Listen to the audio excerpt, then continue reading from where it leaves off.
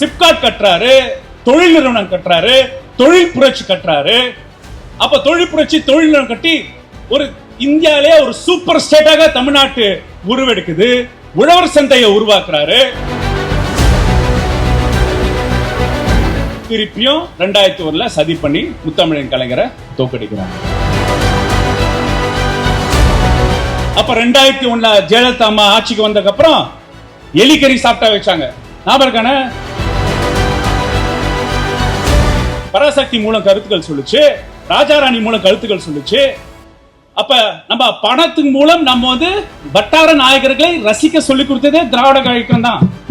கரெக்டா இல்லையா? அப்ப விஜய் யாரு? பக்கத்து வீட்டு பையன் மாதிரி இருப்பாரு. அவர் சல்மான் கான் மாதிரியா இருப்பாரு, ஷாருக் கான் மாதிரியா இருப்பாரு. பக்கத்து மாநிலத்துக்காரெல்லாம் சூப்பரான நம்மள. பவன் கல்யாண் சொல்றாரு, பேனர் வச்சு கூட தமிழ்நாட்டில் ஆட்சி பிடிச்சிடலாம் பான்ற. யாரு? பவன் கல்யாண். நான் சொல்லணும், பவன் கல்யாண் சொல்றாரு. டி.கே. சிவகுமார் என்ன சொல்றாரு?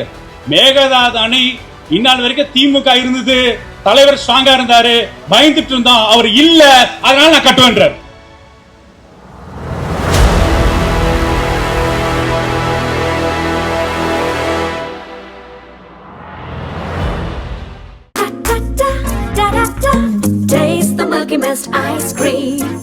Milky Mist ice creams.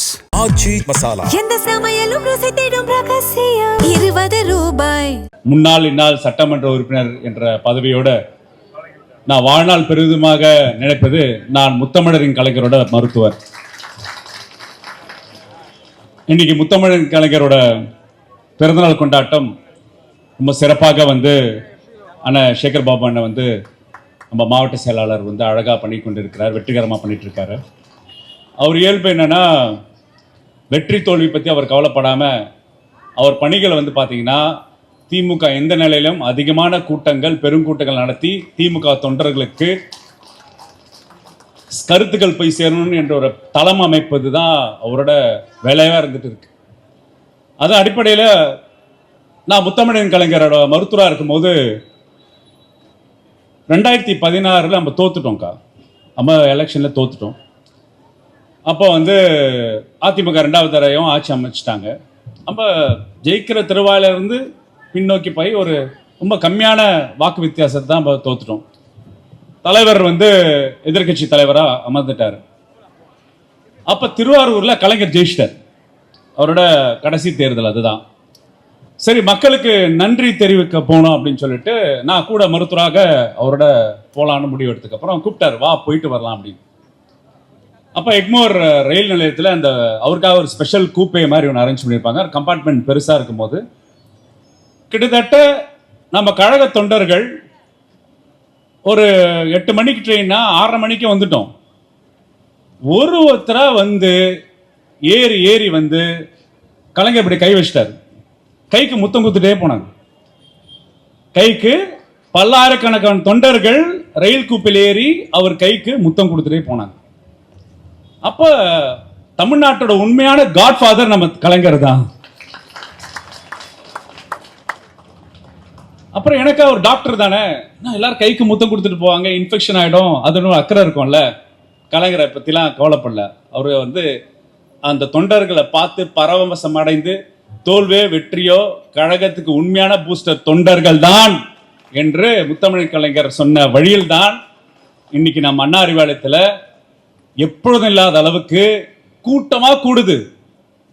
ஏன் கூட்டமா கூடுதுன்னா, ஏன்னா அறிவாலயத்தில் நம்ம கழக தலைவரை நேரில் சந்திச்சு மக்கள் வந்து தங்களோட ஆதரவை திணிக்கிறாங்க, ஆதரவை கொடுக்கறாங்க. தலைவருக்கு வந்து மக்கள் கிட்ட இருந்து எனர்ஜி வருது, தொண்டர்கிட்ட இருந்து எனர்ஜி வருது. அதே மாதிரி தொண்டர்களுக்கு தலைவர்கிட்ட இருந்து எனர்ஜி வருது. அதுதான் திராவிட முன்னேற்ற கழகம். வேற எந்த கட்சியிலையும் தோல்வி நிலையில தொண்டர்கள்கிட்ட இருந்து பூஸ்டர் இன்ஜெக்ஷன் வாங்குற தலைவரும் தலைவர்கிட்ட இருந்து பூஸ்டர் இன்ஜெக்ஷன் வாங்குற தொண்டர்களும் இருக்க ஒரே ஐக்கியம் இந்த நாட்டிலே நம்ம திமுக தான். அந்த அடிப்படையில் பார்க்க போனா இது வந்து காலகாலமா நான் பார்க்கிறேன், வெற்றி தோல்விகள் திராவிட முன்னேற்ற கழகத்துக்கு ஏன் வந்துட்டே இருக்கு, ஏன் தொடர் வெற்றிகள் வரவே இல்லை அப்படின்னு நம்ம வந்து ஆய்வு பண்ண போனா நீங்க பார்த்திருப்பீங்க. இது ஒரு ஆரிய தத்துவத்துக்கும் திராவிட தத்துவத்துக்கும் உண்டான போர் தான் தமிழ்நாட்டோட வரலாறு, அரசியல் வரலாறு. அப்ப திராவிட தத்துவம் என்ன? எல்லோருக்கும் எல்லாம், சமத்துவம், பெண்ணும் ஆணும் சமம், சமூக நீதி, மாநில உரிமைகள், தமிழ் மொழி பாதுகாப்புன்னு நம்மளோட தத்துவம். அந்த தத்துவத்தின் அடிப்படையில நம்ம செயல்பட்டு இருக்கோம் காலகாலமாக. அது தந்தை பெரியார்ல இருந்து, நீதி கட்சியிலிருந்து தொடர்ந்து பேரறிஞனாக அரசியல் இயக்கமாக உருவாரி முத்தமிழன் கலைஞர் ஆட்சி காலமும் நம்மளோட திராவிட மாடல் ஆட்சி காலமும் இந்த கொள்கையை நம்ம தீர்க்கமாக முடிவோட கடைபிடித்து நம்ம ஆட்சி அதிகாரம் கொடுத்துட்டே இருக்கோம்.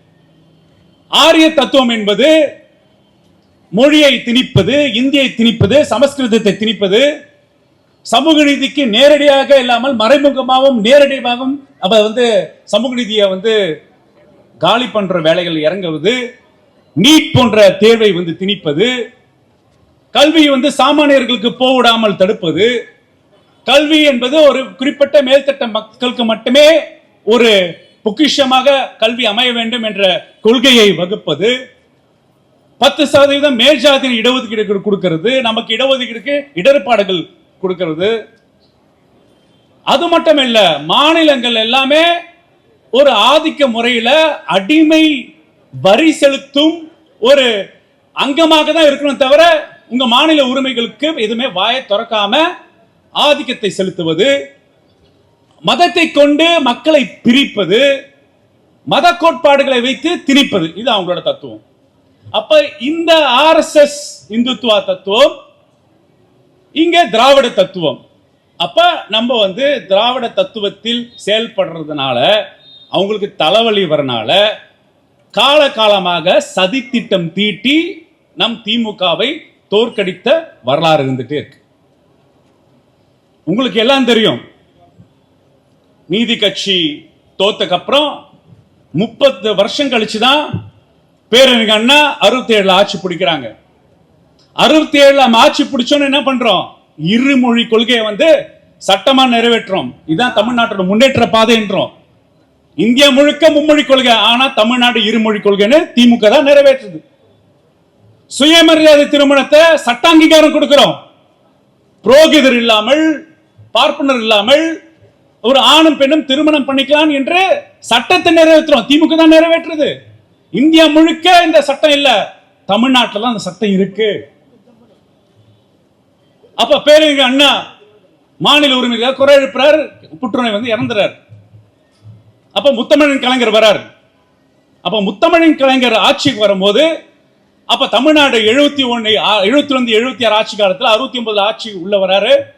பிறகு 71 தேர்தல ஜெயிக்கிறாரு, பெரியார் கூட நிக்கிறாரு. 71, 76 ஆட்சி காலம் முடியும். அப்ப காங்கிரஸ் அதுக்கு முன்னாடி இருந்தப்ப நம்ம மேல மும்மொழி கொள்கை திணித்தப்ப மொழி போராட்டம் நடத்தி வென்றெடுத்தோம் திமுக. அப்ப பஞ்சம். முத்தமிழன் கலைஞர் ஆட்சியாளர் இருக்கும் போது 2 வாரத்துக்கான ரேஷன் ஸ்டாக் தான் இருந்தது தமிழ்நாட்டில். அப்ப 2 வாரத்திற்கான ரேஷன் ஸ்டாக் என்ன பண்றார் முத்தமிழன் கலைஞர்? அவர் பலம் பண்றார். என்னன்னா ஒன்றிய அரசு கிட்ட நிறுவனம் இருக்கோ அந்த நிறுவனம் தமிழ்நாட்டை நிறுவுறாரு. நீங்க ஒரு பிளானிங் கமிஷன் வச்சா நான் ஒரு பிளானிங் கமிஷன் வைக்கிறேன். நீங்க சேமிப்பு கிடங்குகள், அரிசி சேமிப்பு கிடங்குகள் வச்சா நான் அக்ரிகல்ச்சர் கார்பரேஷன் ஆஃப் இந்தியா இருந்தா அக்ரிகல்ச்சர் கார்பரேஷன் ஆஃப் தமிழ்நாடு நான் உருவாக்குறேன். தமிழ்நாடு அரசே தனிச்சையாக பொதுத்துறை நிறுவனங்களை நிறுவியவர் நம்ம முத்தமிழன் கலைஞர். அது அந்த பொதுத்துறை நிறுவனங்கள் என்பது அது போக்குவரத்து துறையா இருக்கட்டும், மருத்துவத்துறையா இருக்கட்டும், கல்வித்துறையா இருக்கட்டும், பல்கலைக்கழகங்களா இருக்கட்டும், அனைத்தும் தமிழ்நாட்டை நவீன தன்மையோட செதுக்கினவர் முத்தமிழன் கலைஞர். அப்ப 2 வருஷத்துலக்கா 2 வாரம் ரேஷன் அரிசி ஸ்டாக்கே இல்லாத தமிழ்நாட்டை 2 வருஷத்துல உணவு மிகுதி மாநிலமாக மாத்தி 5000 ton Gujarat, 3000 ton Kerala, 7000 ton Karnataka என்று நாடு பஞ்சத்துல காப்பாத்தின தமிழ்நாட்டு முதல்வராக இருந்த முத்தமிழன் கலைஞர். பிச்சைக்காரர்கள் மறுவாழ்வு திட்டம், தொழுநோய் ஒழிப்பு திட்டம், 2 கோடி மக்களுக்கு கண்ணுக்கு கேட்ராக்ட் சர்ஜரி பண்ணி பார்வை கொடுத்த கண்ணொளி திட்டம், மாலை கண் நோயை ஒழிச்சார் முத்தமிழர் கலைஞர். ஒரு 2 கோடி குழந்தைகளுக்கு விட்டமின் ஏ டிராப் கொடுத்து மாலைக்கண் நோயை ஒழிச்சவர் முத்தமிழன் கலைஞர். கை ரிக்ஷா இருந்தது, அதை மிதிவண்டி ரிக்ஷாவை மாத்தி சுயமரியாதை கொடுத்தவர் முத்தமிழரின் கலைஞர். ஒன்னொன்னா பண்ணிட்டே வராரு, வாரியங்கள் அமைக்கிறாரு. எல்லாம் அவர் கொடுத்த அந்த 5 வருஷம் வள்ளுவர் கோட்டத்தை தட்டி எழுப்புறாரு. தமிழுக்காக அவர் பயணம் பண்றாரு. மாநில உரிமைகளுக்காக ராஜ்மன்னார் குழு அமைத்து மாநில சுயேட்சைக்கான தீர்மானத்தை நிறைவேற்றாரு. படுவாய் காங்கிரஸ்காரங்க நல்ல வேளை நம்மளோட இல்ல. அப்ப எமர்ஜென்சின்னு ஒண்ணு திணிச்சானுங்க. ஜனநாயகத்தை பாதுகாக்கிறதுக்காக எமர்ஜென்சிக்கு எதிர்க்காக போராட்டம் கலந்தது திராவிட முன்னேற்ற கழகம். யாருக்கு அகைன்ஸ்டானா? இதே ஆரிய தத்துவத்துடன் செயல்பட்டவங்க எதிர்த்து மாநில சுயாட்சி பிரகடனம் பண்ணனால, எமர்ஜென்சி எதிர்த்தனால ஆட்சி கலைக்க வராங்க. ஆட்சி கலைச்சான பரவாயில்ல, கொள்கைக்காக நான் நிக்கிறேன்னு தமிழ்நாட்டுக்கு முன்னேற்ற பாதையை கொடுத்து திட்டங்களை கொடுத்து ஜனநாயக காத்த தமிழ்நாட்டு முதல்வராக இந்த முத்தமிழன் கலைஞரை தமிழ்நாட்டு மக்கள் தோக்கடிக்கிறாங்க. தோக்கடிச்சாங்களா இல்லையா? எம்ஜிஆருக்கு ஆட்சி அப்ப கொடுத்தாங்க. எம்ஜிஆர் அவர் கட்சிக்கு அதிமுக என்ற பேரை எமர்ஜென்சி காலகட்டத்தில் பயந்து போய் அனைத்து இந்திய அதிமுக பேரை மாத்தினவர். எந்த 2 கோடி மக்களுக்கு அவர் கண்ணொளி திட்டம் புற ஆபரேஷன் பண்ணி கேட்ராக்ட் சர்ஜரி பண்ணி பார்வை கொடுத்தாரு, அதே 2 கோடி மக்கள் பார்த்து போய் ரெட்டலைக்கு போய் ஓட்டு போட்டுட்டாங்க. இதான் முத்தமிழ் கலைஞர் சொன்னார்.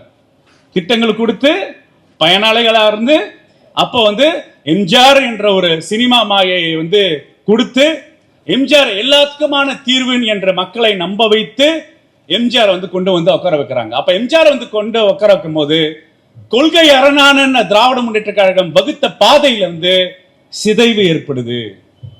ஒன்றை அரசுடன் நாம ஒரு காம்ப்ரமைஸ் போலாம் என்று பல காம்ப்ரமைசஸ் எம்ஜிஆர் உருவாக்கும் போதெல்லாம் திராவிட முன்னேற்ற கழகம் எதிர்கட்சியாக இருந்து சமூக நீதி கொள்கையை எங்க சிதைவு ஏற்படாம பார்த்துட்டாங்க.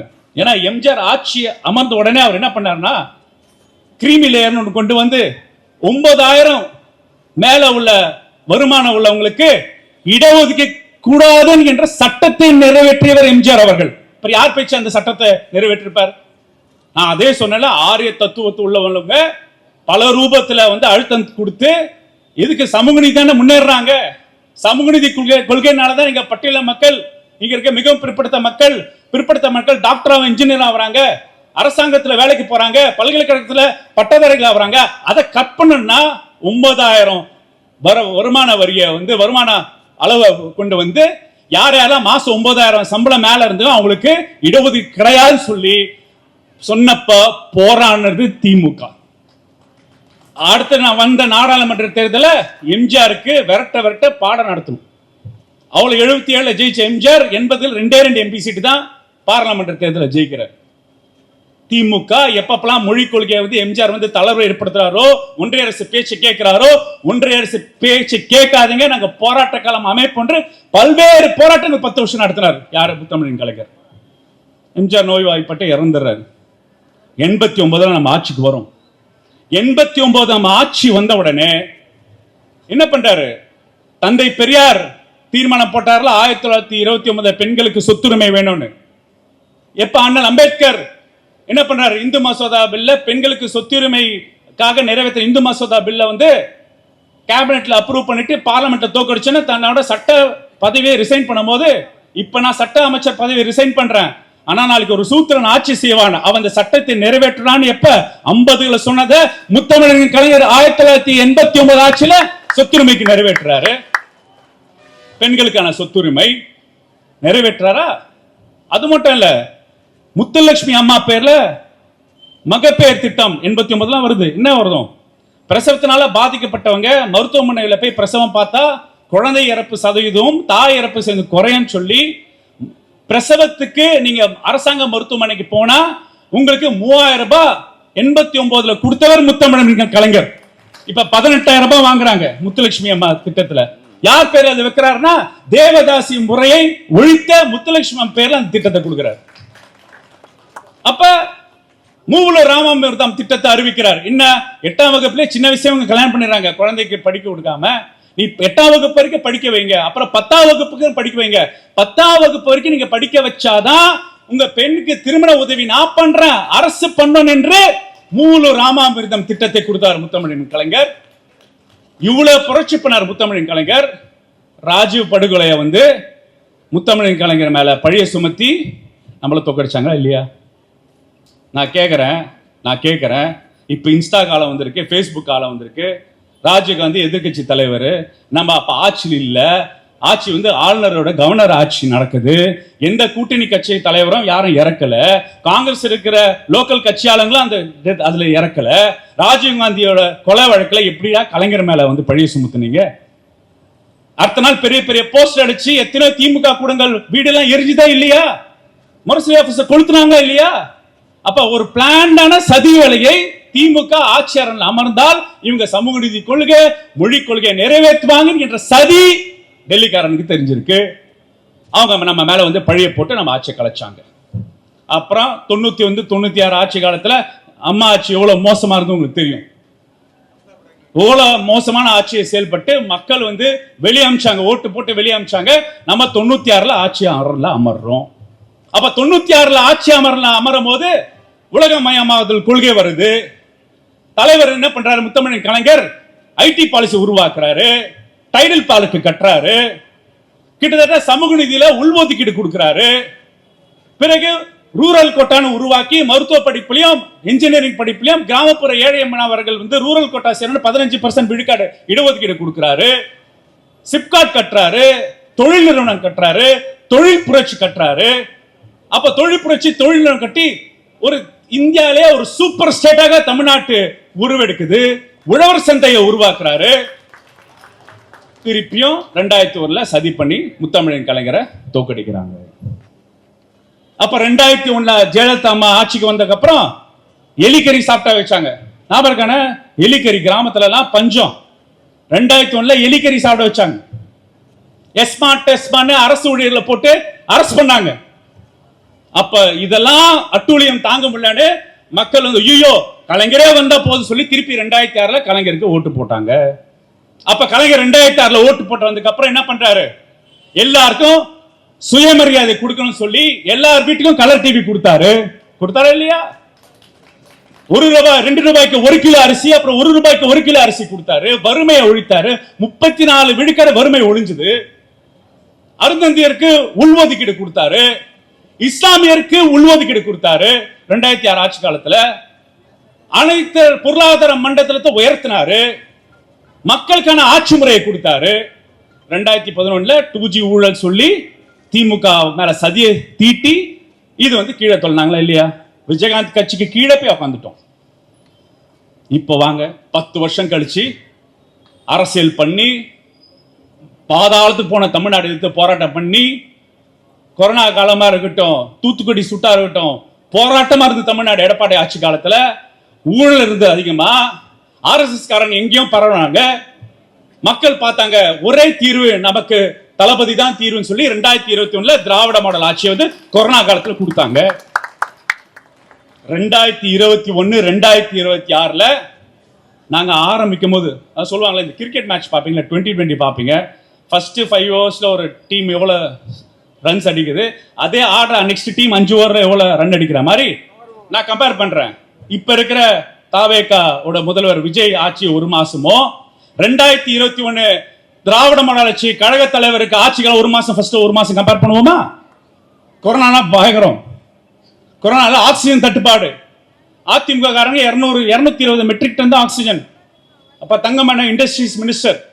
அப்ப ஆக்சிஜன் தட்டுப்பாட 2 வாரத்தை நிவர்த்தி பண்ணி 800 மெட்ரிக் டன் உண்டாக்கி 1 லட்சம் கொரோனா பெட் போட்டு தடுப்பூசி போட்டு மக்களை கொரோனால இருந்து பாதிப்புல இருந்து மீட்டெடுத்தாரு. முதல் 4 வாரம் நடந்ததா இல்லையா? ரேஷன் கடையில வருமானம் இல்ல, மக்களுக்கு பொருளாதாரம் நலிந்திருக்கு. 2 கோடி 30 லட்சம் வீட்டுல 4000 ரூபாய் ஃபர்ஸ்ட் நாள் சேர்த்தாங்களா இல்லையா? முதல் கையெழுத்து என்ன? அனைத்து பெண்களுக்கும் புரட்சிகர விடியல் பயணம் கையெழுத்து போட்டாரா இல்லையா? First 30 days. இப்ப ஃபர்ஸ்ட் 30 டேஸ் எப்படி இருக்கு சொல்லுங்கண்ணா? ஃபர்ஸ்ட் 30 டேஸ் எப்படி இருக்கு இப்ப இந்த ஆட்சி காலத்துல? அப்ப ஃபர்ஸ்ட் 30 டேஸ்ல புரட்சிகர திட்டத்தை நான் வரிசைப்படுத்தினே, கொண்டாடினமே, மக்கள் வந்து செலிப்ரேட் பண்ணாங்களே. கொரோனா காலத்துல வந்து தமிழ்நாட்டு முதல்வர் தமிழ்நாட்டு மக்களை பாதுகாத்தாரு. அவர் பேட்டி கேட்பாங்க, நான் நம்பர் 1 முதல்வரோட தமிழ்நாடு நம்பர் 1 ஸ்டேட் ஆக்குறதா என்னோட குறிக்கோள் சொன்னாரா இல்லையா? எனக்கு வாக்களிக்காதவர்களும் நான் தான் முதல்வர் என்று சொன்னாரா இல்லையா? அது மாதிரி செயல்பட்டாரா இல்லையா? நானும் கம்பேர் பண்ணி பார்க்கிறேன். இந்தியாவில் இருக்கிற எந்த மாநிலங்களிலும் இல்லாமல் கொரோனாக்கு அப்புறம் வளர்ச்சி பாதையில தமிழ்நாடு கொண்டு போய் 11.1.9 விழுக்காடை உருவாக்கியவர் நம்மளோட தமிழ்நாட்டு முதல்வர், கழக தலைவரா இருக்கு. திராவிட மாடல் ஆட்சி என்பது ஏழை எளிய மக்களுக்கு வேணா நிதி பற்றாக்குறை, கடன் சுமைலாம் சொல்றாங்களே, சரி கடன் சுமை இருந்தா கூட அந்த கடன் சுமையில மக்கள் வளர்ச்சி திட்டங்களை கொடுக்கிறது, நிலையான ஆட்சியை கொடுக்கிறது, அமைதியான ஆட்சியை கொடுக்கிறது. மக்கள் தேடிய மருத்துவமா இருக்கட்டும், புதுமை பெண் தமிழ் புதல்வன் திட்டமா இருக்கட்டும், நவீன முறையில் லேப்டாப் கொடுத்த திட்டமா இருக்கட்டும், பட்டா வாங்குற திட்டமா இருக்கட்டும், மகளிர் உரிமை தொகை திட்டமா இருக்கட்டும், செதுக்கி திட்டங்கள் கொடுத்தாரு. அம்பத்தூர் வாசிகளுக்கு கேட்கிறேனே, 2 பெரும் வெள்ளம், இயற்கை பேரிடர், யாருன்னா காப்பாத்தினது? திமுக காரன் தான் காப்பாத்தினா மக்களை. இங்க பாபன் உட்கார்ந்திருக்கார். என்னை பொறுத்த வரைக்கும் இந்து அறநிலைத்துறையில மாபெரும் புரட்சி நடந்தது 2001 இருந்து 2026. ஆனா பெருங்கோயிலா அங்க இருக்கிற ட்ரஸ்டி பார்த்துப்பாங்க. ஆனா உங்களுக்கு தெரியாது, பாபனை வந்து ரொம்ப ரொம்ப மோசமான இடிஞ்சு போன பழமை மிக்க கோயில்களை புதுப்பித்தாருங்க. நான் கடவுள் மறுப்பாளர், பெரியார் தான். அவர் ஒருவரையும் சட்டமன்றத்தில் வந்து இந்து அறநிலைத்துறைக்காக அவர் வந்து மானியத்து கொடுக்கும் போது போன முறையில் ஒரு ஆண்டுல அவர் பண்ண சாதனைகளை புக்கு கொடுப்பார். அந்த ஒவ்வொரு புக்கும் படிச்சு பார்த்தீங்கன்னா, நான் சொல்றேன் தமிழ்நாட்டு மக்களே, பழமடைந்த பாலடைஞ்ச சில சிறு குறு வடிவங்கள் இருக்க வழிபாடுகளை வந்து மீட்டெடுத்த ஆட்சி திராவிட மாடல் ஆட்சி. பூசாரிகளை கூட பார்த்துக்கிட்டாங்கண்ணே. பூசாரிகள் வறுமையில் இருப்பாங்க. நான் சொல்ல பெரிய பெரிய கோயில்கள் இருக்கிற மேல்தட்ட பிராமண சமுதாயத்தை சேர்ந்தவர் கொடுத்திருக்காங்க. ஏன்னா வருமானம் வந்துட்டே இருக்கு அந்த கோயிலுக்கு, அது வந்துட்டு இருக்கு, அது ரைட்டு. அங்க வந்து உரிமை சார்ந்த போராட்டம் பண்ணார். என்ன உரிமை சார்ந்த போராட்டம்னா, தமிழ் ஓதுவார்கள் பார்ப்பன அல்லாதவர்கள் வந்து நம்ம வந்து புரோகிதர் ஆகிறதுக்கான சட்டத்தை நிறைவேற்றி பெரியார் நெஞ்சில் தைத்த முல்லை எடுத்த ஆட்சி திராவிட மாடல் ஆட்சி. அவர் இந்து அறநிலைத்துறையில போய் பார்த்தீங்கன்னா, அவர் நிறைய தர 1000 விளக்கு தொகுதியெல்லாம் இருக்கு. அந்த ஓலை சுவடிகள்லாம் இருக்கும், அதெல்லாம் அந்த மக்களுக்கு தெரியாது. அந்த ஓலை சுவடிகளை மீட்டெடுத்து ஒவ்வொரு கோயிலும் 1000-2000 வருஷம் இருக்க ஓலைச்சுவடிகளை மீட்டெடுத்து அறிவியல் பூர்வமாக அந்த கோயில்களுக்கு எந்தெந்த அரசங்க எவ்வளவு கொடை வழங்கினா அந்த கோயிலோட வரலாறு என்று இந்த கோயில்களுக்கான வரலாறை கொடுத்தவர் நம்மளோட அமைச்சர். சமூக நீதியை கொண்டு வந்தாருங்க. அறநிலைத்துறையில சமூக நீதியை கொண்டு வந்தார். இங்க நம்மளோட பினான்ஸ் மினிஸ்டர் அந்த தங்கமண்ணன். ஆனா இப்ப எப்படின்னா சட்டமன்றத்தில் உட்கார்ந்துருக்கீங்க. இப்ப இருக்க பினான்ஸ் மினிஸ்டர் பார்த்தா ஒரு டிவி வீடியோல பாக்குற, வீட்டுக்கு இருக்கிற சொத்து தகராறுல குழந்தைய தூக்குறான், அடிதடி பண்றான், அவன் ரவுடி பையனா செயல்பட்டு இருக்காங்க. வீடியோ வந்ததா இல்லையா? அண்ணன் பினான்ஸ் மினிஸ்டராக இந்த நீதி பற்றாக்குறையை மீட்டெடுத்து தமிழ்நாட்டோட வளர்ச்சி பாதையை கொண்டு போய் புறநானூறு எடுத்துக்காட்டு, சங்க இலக்கியங்கள் எடுத்துக்காட்டு கொண்டு வந்து போய் சேர்த்தார் தமிழ்நாடு சமூகத்துக்கு. அவர் வந்து எந்திரிச்சு பதில் சொல்றான்னா எதிர்கட்சியெல்லாம் கப் சிப்புன உட்காந்துருவாங்க. ஏன்னா பொருளாதாரத்தை அளவுக்குள்ள நுண்ணியமா இருந்தார். வளர்ச்சி, ஏன்னா அவர் திட்டக்குழு நான் உறுப்பினர், அவர் திட்டக்குழுக்கு வருவார். வளர்ச்சி குறியீடுகள் எப்படி செதுக்கி வேலை செஞ்சாங்க எனக்கு தெரியும். இக்கட்டான சூழல தமிழ்நாட்டை முன்னேற்ற பாதையில் எப்படி கொண்டு போனாங்க, தமிழ்நாட்டு முதல் வழிகாட்டத்தில் எப்படி வேலை செஞ்சாங்க நமக்கு தெரியும். அது மட்டுமா, 2000 வருஷம் 3000 வருஷம் கீழடி வரலாறை உங்களுக்கு முன்னாடி கொடுத்தவர் நம்ம தங்கமண்ணன். பொருநோய் வரலாறை நமக்கு கொடுத்தவர் நம்மளோட தங்கமண்ணன். அப்ப இந்த தமிழ் சமூகம் முன்னேற்ற பாதையில மட்டும் இல்ல, ஆய்வுகள் பாடு அப்படி இல்ல, RSS சித்தாந்தம் சமஸ்கிருத நாகரம் இல்ல, ஆரம்பம் இல்ல, இந்த உலக நாகரிகம் தமிழ்தான் தொடக்கம் என்று சமூகத்துக்கு சொன்ன துறையை வச்சிருந்தாரு தமிழ்நாட்டு முதல்வர். சட்டமன்றத்தில் ஒரு தரையும் வாசிக்கும் போதும் தமிழரோட பெருமையும் தமிழரோட அடையாளமும் நிலைத்து நிற்கும் வரலாற்றுக்கான ஆட்சி கொடுத்தோம் நம்மளோட திராவிட மாடல் ஆட்சியில. பெரியாருக்கு சமூக நீதி நாள், தந்தை அண்ணல் அம்பேத்கருக்கு சமத்துவ நாள் கொண்டாடணுமா இல்லையா? அரசாங்க ஆபீஸ்ல கருப்பு சட்டை போக முடியாது. ஆனா அதே அரசாங்க ஆபீஸ்ல IAS ஆபீசரை வந்து பெரியாருக்கு சமூக நீதி நாள் உறுதிமொழி எடுக்க வச்ச ஆட்சி நம்மளோட ஆட்சி. சமத்துவ நாள் உருவாக்கின ஆட்சி நம்ம ஆட்சி. அண்ணல் அம்பேத்கர் சமத்துவ நாள் கிட்டத்தட்ட எல்லா இயக்கத்துக்காகவும் சமூகத்துக்காகவும் தகசல் தமிழர் விருது, எல்லாருக்கும் மணிமண்டபங்கள் எல்லாம் அமைதியா வச்சிருந்தார். இந்த அமைதி பூங்கா வைக்கும் போது 10 லட்சம் கோடி முதலீடுகள் தமிழ்நாட்டுக்கு வந்தது. 35 லட்சம் பேருக்கு வேலை வாய்ப்பு வந்தது. தமிழ்நாடு ஒரு செழிப்பான மாநிலமாக 21 இருந்து 26 வரைக்கும் செதுக்கி கிட்டத்தட்ட 15,000 கூட்டமும் 8,500 ஃபைலும் போட்டு தூங்காம வேலை செஞ்ச தமிழ்நாட்டு முதல்வரை 26 தமிழ்நாட்டு மக்கள் தோக்கடிச்சிட்டாங்க. இப்ப என்ன சதி வேலை? அதே 76 எம்ஜிஆர் எப்படி கொண்டு வந்தாங்களோ அதே மாதிரி 26 கொண்டு வந்தாங்க. என்ன கொண்டு வந்தாங்க? போலியான உண்மைக்கு புறமான செய்திகளை வந்து இத தொலைபேசியில வந்து கொண்டு சேர்க்கிறாங்க. ஆனா நான் பேச கருத்துகள் உண்மை கருத்துகள், தரவின் அடிப்படை கருத்துகள், உங்களோட முன்மூளை சிந்திக்க வைக்கிற கருத்துக்கள், சிந்திச்சு வாக்களிக்க கருத்துக்கள் உங்ககிட்ட சேர்க்கிறேன். கரெக்டா இல்லையா? ரைட். மருத்துவர் சொல்றேன், அந்த முன்மூளை ஃப்ராண்டல் கார்டெக்ஸ் சொல்லுவோம். இந்த மொபைல் போன் வேலை என்ன தெரியுமா? பின்மூளையில் இருக்கிற அமெக்டலான்னு ஒரு இடம் இருக்கு. அது என்ன பண்ணும்னா பசிச்சா சாப்பிடணும், நாய் நம்ம தொடச்சுன்னா ஓடணும், யாராவது நம்மளை வந்து அட்டாக் பண்ண வந்தா பாதுகாக்கணும், கரண்ட் சுவிட்ச்ல கை வச்சா விட்ரா பண்ணிடுவோம், பாலியல் உணர்வு, இது எல்லாமே அமெக்டலா தான் இருக்கு நம்ம மூளையில. அது வந்து சாப்பாடு கொடுத்துட்டீங்கன்னா பசி அடங்கிடும். பசி அடங்கின அப்புறம் திருப்பி சாப்பிட போவோமா? நாய் துரத்த வருது, நாயை மிரட்டிட்டோம், நாய் ஓடி போச்சு, திருப்பி அந்த பயம் இருக்குமா? இருக்காதா இல்லையா? இருக்காது. கரண்ட் ஷாக் அடிக்கும் போது கை எடுத்துட்டோம், இருக்குமா? இல்லையா? ஏன்னா அது சிந்திக்கிறதுக்கான தன்மை அங்க இல்ல. அதுவும் நம்ம மிருக குணம். மிருக குணத்தை ஓட்டு போடுற பிஹேவியரா மாத்திட்டாங்க தமிழ்நாட்டு மக்களுக்கு. மிருக குணத்தை ஓட்டு போடுற பிஹேவியரா மாத்திரம். என்ன ஓட்டு போடுற பிஹேவியர்? இவர் தான் சூப்பர் ஹீரோ, திரையில நம்ம கைத்தட்டி செலிப்ரேட் பண்ண ஹீரோ. இவர் ஹீரோ வந்து முதல்வரானா அதே மாதிரி பிம்பங்கள் வந்து செயற்கை உலகம் காட்டினாங்களே, கேமரா வச்சு செட் பண்ணி கதை எழுதி கேமரா செட் பண்ணதை வந்து ரீல்ஸ் போட்டு மக்களை வந்து சிந்திக்க திறத்துல இருந்து மழகடைய வச்சுட்டாங்க. சோ வாக்களிக்கும் போது நான் சிந்திச்சு வாக்களிச்சா இந்த ஆட்சி காலம் என்னென்ன பண்ணுச்சு, என்னென்ன பயன்கள் வந்துருச்சு, எத்தனை பயன்கள் வந்தது, வளர்ச்சி திட்டம் என்ன அப்படின்னு நாங்க ஓட்டு போடுவோம். அட்லீஸ்ட் சட்டமன்ற உறுப்பினர் யாரு, எப்படி செயல்பட்டாங்க, அவங்க ட்ராக் இருக்கான்னு அசஸ் பண்ணுவோம். அமைச்சர்கள் எப்படி செயல்பட்டாங்க, எவ்வளவு வேலை பண்ணாங்க அப்படின்னு செயல்பட்டோம். இங்க வட சென்னை வளர்ச்சி திட்டங்களை பார்த்திருப்பாங்க. இங்க மழைநீர் கால்வாய்கள் அமைச்சர் திட்டங்கள் பார்த்திருப்பாங்க. வாங்க 1000 விளக்குல 1000 வீடுகள் குடியிருப்பு கட்டி முடிச்சு அதை அசஸ் பண்ணிருப்பாங்க. கேண்டிடேட்டே பார்க்கலையா, கேண்டிடேட்டே தெரியாதான். விஜய்க்கு வாக்களித்தேன். யாருக்கு விஜய் வாழ்த்துற? விஜயும் அப்ப இங்க இருக்கிற நம்மளோட கேண்டிடேட் விஜயம் எழுதணும். விஜய்னா அப்ப உங்களோட அடிப்படை மிருக உணர்வை வாக்கு போடும் இயந்திரத்துக்கு உங்களை வந்து டியூன் பண்ணிட்டாங்க. அப்ப எங்க கோட்டை விட்டோம்னா மக்களுக்கு பகுத்தறிவு சிந்தனையை விதைக்காமல் கோட்டை விட்டுட்டோம். கரெக்டா இல்லையா? பெரியார் போய் திட்டுவார்லன்னா ஒரு தேர்தலையும் பெரியார் மாதிரி தமிழ்நாட்டு மக்கள் திட்டுற ஆள் இப்ப இல்லைன்னு திட்டுவாரு, கெட்ட வார்த்தையில திட்டுவாரு. சிந்திங்கடா, படிங்கடா, சிந்திங்கடா, மூளையை பயன்படுத்துங்கடா, இது மாதிரி எவ்வளவு சதி வேலை நடக்கும்டா, உங்களை வந்து பின்னாடி தள்ளிடுவாங்கடா, சூழ்ச்சிடா அப்படின்னு நம்மள வந்து யோசிக்க வைப்பாங்க. எங்க நான் யோசிக்கிறாங்கன்னு கேட்கிறேன் நானு. நம்ம வீட்டு பசங்களை யோசிக்க கத்து கொடுத்தோமா?